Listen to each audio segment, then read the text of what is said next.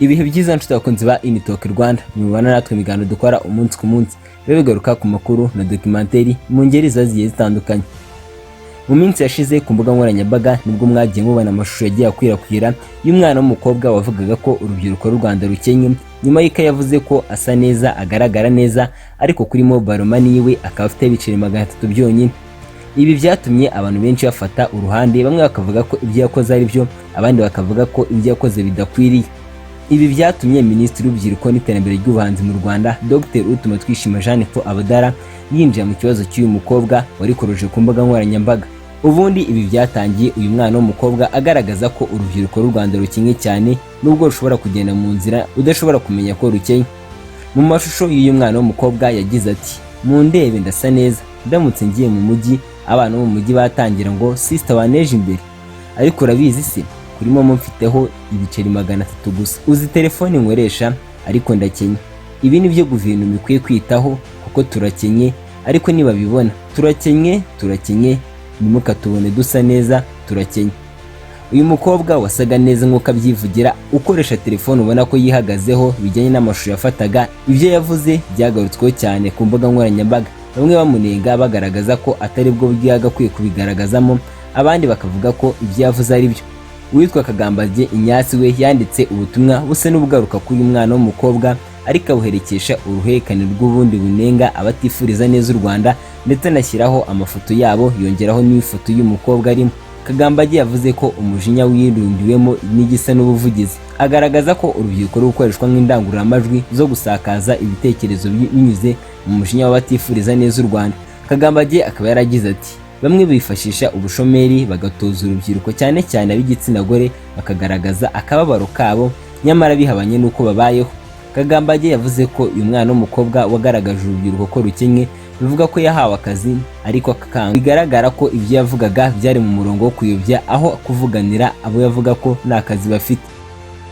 Kagambage yakomeje agira ati, abari kumushyigikira buri gihe baba bacecetse iyo hagaragaye ikibazo cy'urwango cyangwa amacakubiri, bagaragaza by'ukuri abo bashyigikiye. Kagambage yavuze ko impungenge za nyazo zo kuvuganira urubyiruko zikwiye kwibanda mu gutanga ibisubizo n'amahirwe atandukanye, aho kugumura abantu hagamijwe indi migambi yihishe. Bamwe mu bakoresha imbuga nkoranyambaga basame hejuru ibyavuzwe n'uyu mugabo witwa Kagambage, bagaragaza ko ibyo yavuze yaciye nk'amabere. Uwitwa Richard Kwizera we yanditse ati, nabyutse nizeye ko ibi bitagaragasa byasibwe, none biracyahari. Kagambage rwose bisibe, sinumva impamvu ukomeje gutekereza ko ukunda igihugu kurusha abandi. Ni gute ufata umwana nk'uyu w'umukobwa ukamushyira mu bigarasha kubera igitekerezo cye? Uwitwa Cagwa kuri X umaze kumenyekana nawe yavuze ko ibyakozwe na Kagambage bibabaje ndetse biteye agahinda. Cagwa mu butumwa yanditse kuri X akaba yagize ati, ibaze gufata umwana w'urubyiruko wavuze ko akennye ugahita umushyira mu gatebo ka bamwe n'abanzi b'igihugu. Ubu hari uwabonye ubutumwa bwa Kagambage yari asanzwe azi uyu mukobwa, agahita ashyira mu mutwe ko ari kimwe n'abo bagabo. Cagwa yakomeje agira ati, cyakora ntawamenya, wasanga hari amakuru wenda Kagambage amufiteho twe tudafite, akaba ari nabyo byatumye amushyira mu gatebo ka bari abagabo. Noneho bitabaye ibyo byaba bibabaje. Gusa ku rundi ruhande uwitwa Chantal M kuri X yashingiye ku magambo avuga n'uyu mukobwa wavugaga ko akennye, agaragaza ko leta idaha urubyiruko amafaranga ahubwo irushakira amahirwe kuri yabona. Chantal akaba yagize ati, mu mashusho yatumye abantu batayavugaho rumwe, abanzi bari kuyakoresha mu icengezamatwara ryabo. Hari ukwivuguruza muri aya mashusho, gusa neza ubwoko bwa telefone ndi gukoresha no kuba umukene. Ntabwo leta iha amafaranga urubyiruko, ihanga uburyo bwo kuyabona. Mu batanze ibitekerezo kuri uno mukobwa wakurikoroje ku mbuga nkoranyambaga harimo witwa Nabazaga kuri X, wavuze ko uyu mukobwa wakomeje gutuka urubyiruko rw'u Rwanda, agaragaza ko rukennye, yishyuwe amadolari 400 n'abatifuriza neza u Rwanda. Iby'amashusho mu mwana w'umukobwa wavuze ko urubyiruko rw'u Rwanda rukennye byakomeje guteza ikibazo ku mbuga nkoranyambaga. Ibi bituma Minisitiri w'Urubyiruko n'iterambere ry'ubuhanzi Dr Utumatwishima Abudara nawe agira icyo bivugaho. Dr Utumatwishima Abudara, Minisitiri w'Urubyiruko n'iterambere ry'ubuhanzi mu Rwanda, yanaboneyeho umwanya wo gukebura abazana abana nka Kagambage muri iki kibazo. Minisitiri w'Urubyiruko n'iterambere ry'ubuhanzi Dr Utumatwishima Abudara akaba yagize ati, mureke Kagambage akemura ikibazo tutazanyemo abana be. Urubyiruko te mu nshingano rufite ikibazo cy'umurimo, ugaragaje ko akennye, kashonje cyangwa ari ukwirwanaho, nuko umutega amatwi tukamwereka amahirwe dushyira hamwe nk'inzego zose. Ubundi guverinoma yakunze gushyigikira urubyiruko cyane cyane ko ari rwo rwihariye umubare munini w'abanyarwanda.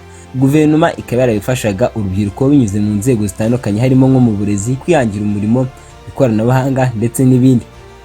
Ubundi muri gahunda y'igihugu ya kabiri yo kwihutisha iterambere, guverinoma yemeje ko muri iyi gahunda hazahangwa imirimo ibyara inyungu nibura igera kuri 1,250,000, ndetse buri mwaka hakazajya hatangwa imirimo igera ku 250,000. Nibyo reka mubwire ngo nasoza mwibaza kino kibazo: ese ibyo uriya mwana mukobwa yavuze ubona ari byo cyangwa si byo? Mu gihe kiri kubitekerezaho reka mubwire ngo niba ari ubwa mbere ugeze kuri Talk Rwanda ugakunda ibyo dukora, kora subscribe ubundi ujye ubana natwe ibiganiro dukora umunsi ku munsi. Reka mubwire ngo ikigomba kumenya kandi ukazirikana nuko twifuriza kugira ibihe byiza.